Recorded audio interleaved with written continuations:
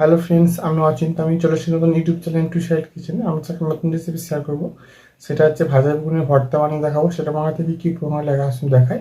তার আগে একটা কথা বলে দিই, আমার চ্যানেলে যে রেসিপিটি ছাড়া আছে, আমার যদি ভালো লাগে তাকে অবশ্যই লাইক কমেন্ট শেয়ার করবেন, বেশি বেশি করে শেয়ার করবেন। যদি আমার চ্যানেল নতুন হয়ে থাকেন তাহলে প্লিজ সাবস্ক্রাইব করে দেবেন, যে বেল নোটিফিকেশনটা আলো করে দেবেন যাতে আমার ভিডিও আমার কাছে আগে পৌঁছায়।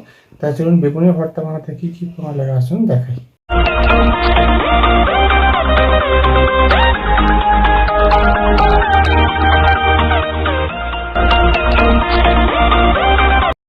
বেগুন ভর্তা বানিয়ে দেখাবো।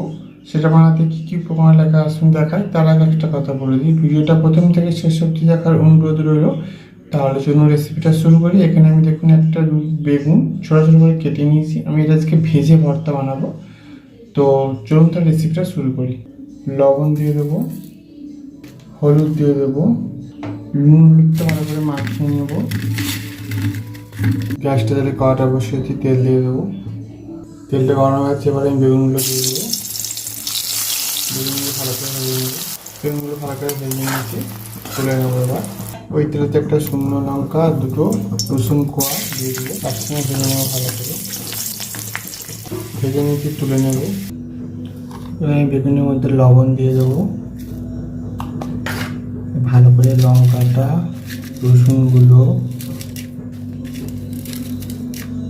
ভালো করে আমি লঙ্কা আর রসুনটা ভালো করে আমি ঘষে নিয়েছি। এর মধ্যে দেবো পেঁয়াজ কুচি, কাঁচা লঙ্কা কুচি, টমেটো কুচি, ধনে পাতা কুচি। সব উপকরণ দিয়ে ভালো করে মেখে নিয়েছি। দেখুন আমার বেগুন ভর্তা রেসিপিটা হয়ে গেছে। এটা আমি আমার বেগুন ভেজে করলাম, আপনারা চাইলে এটা পুড়িয়ে করতে পারেন। তার জন্য রেসিপিটা হয়ে গেছে। এই রেসিপিটা আমাদের ভালো লেগে থাকে অবশ্যই লাইক কমেন্ট ও শেয়ার করবেন, বেশি বেশি করে শেয়ার করবেন। আর প্লিজ সাবস্ক্রাইব করে আমাদের পাশে থাকবেন। চলুন তো দেখা যাচ্ছে নেক্সট ভিডিওতে। আর এইরকম নিত্য নতুন ভিডিও পাওয়ার জন্য আমার চ্যানেলটাকে অবশ্যই সাবস্ক্রাইব করে আমাদের পাশে থাকবেন। তার জন্য দেখা যাচ্ছে নেক্সট ভিডিওতে। আপনারা এইভাবে একবার বেগুন ভাজা দিয়ে ভর্তা বানিয়ে দেখবেন, আশা করি ভালো লাগবে। এটা আমার মতো করে বানিয়েছি, আপনারা অবশ্যই একবার ট্রাই করে দেখবেন। তার জন্য দেখা যাচ্ছে নেক্সট ভিডিওতে।